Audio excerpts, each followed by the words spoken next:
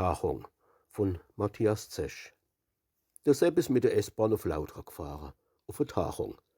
Der Zug war gut gefüllt und wie er so rumgeguckt hat von seinem Platz aus, da hat ihm vis-à-vis über den Gang eine Frau freundlich zugenickt. Der Sepp hat freundlich zurückgenickt und ist das Gefühl nicht losgeworden, dass er sie eigentlich kennen müsst. Jo, Allah, hat er gedenkt und wieder in sein Spanischbuch geguckt.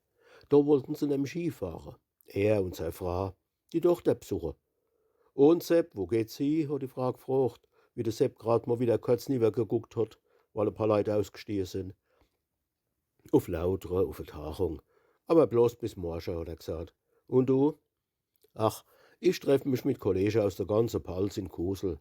Es ist auch eine Tachung. Es geht um die Integration von Flüchtlingen. Und das war der Anfang von einem intensiveren Austausch. Es ist ein Platz frei geworden. Da hat sich die Frau rübergesetzt. Sie war ungefähr so alt wie er selber, hat er festgestellt. Und sie haben erzählt über seine Arbeit im Büro und über die Schule, wo sie Unterricht gegeben hat, über seine 3 Kinder, über ihr 3 Nichten, über seine alte Eltern, über ihre Mutter, wo noch im Elternhaus wohnt in Neustadt, wo sie öfter noch hinfahren tät, über sein Elternhaus in Winzingen, wo so viel zu machen ist, dass er der Älteste von den 5 Kindern war und sie die Älteste von den 4 und dass er gern allein wandern tut und dass er das auch gern macht und dass er, schade vor, im Moment nicht so kann, weil's Knie nicht mehr mitmacht und operiert gehört und dass er mit dem Blutdruck mal leer hat und dass er auch in Speyer wohnt und ob sie auch in Speyer wohnt und wo sie schafft und wo er schafft. Und die ganze Zeit hat's im Sepp seinem Kopf geschafft und er hat kombiniert und simuliert und ist doch einfach nicht draufgekommen, wer die Frau da ist, wie sie heißt und was er mit ihr jemals zu tun gehabt hat. Sind sie zusammen in die Schule gegangen? Hat er sie beim Tanzen geküsst? Hat sie mal Musik mit ihm gemacht? Ist er eine Freundin von seiner Frau? Es war einfach nix zu machen, es wollt ihm nicht einfallen. Aber er hat sich auch nicht getraut zu fragen, Herr Moll, wer bist denn du eigentlich? Woher kennen wir uns? Da hat er sich geniert. In Lautre hat sie sich verabschiedet. Allah Sepp, mach's gut, vielleicht sehen wir uns mal wieder in Speyer. Allah dann und alles Gute für die Operation.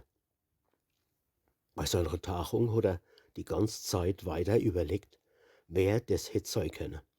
Einfach nix.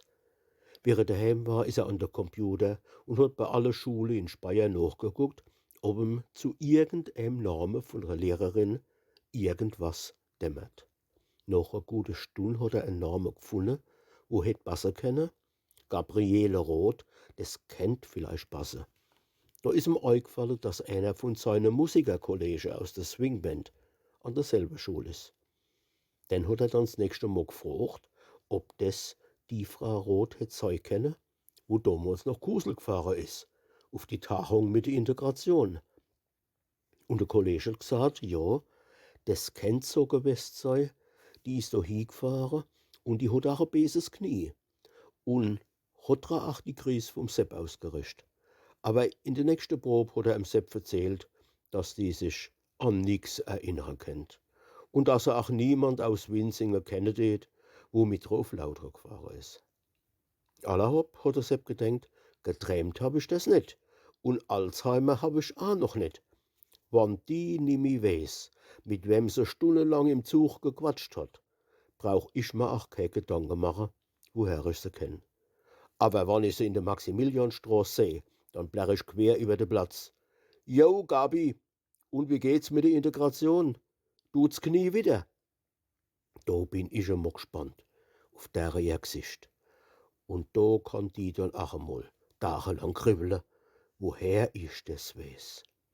Aber zu der Begegnung ist es leider nie gekommen.